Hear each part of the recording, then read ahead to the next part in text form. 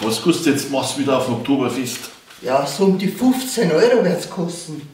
Na ja, dann nehme ich mal 150 mit. Was, 150? Das sind ja 10 Maß. Ja, 10 Maß. Ja, du hast recht. Nehme ich lieber noch einen 50er mehr mit. Denn nicht, dass uns beim schönsten Durchschluss Geld ausgeht.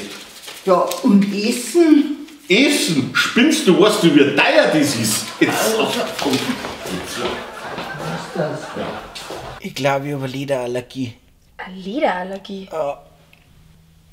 Jetzt mal, wenn ich in der Früh mit der Lederhosen aufwache, habe ich so Kopfweh. Mei.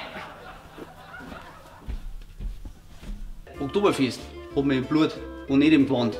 Verstehst du? Ich gehe auf die Wiesn, wie ich bin, oder gar nicht. Und das ist mein letztes Wort. So besser. Na also, sonst denken die Leute am Ende noch, wir sind keine Einheimischen.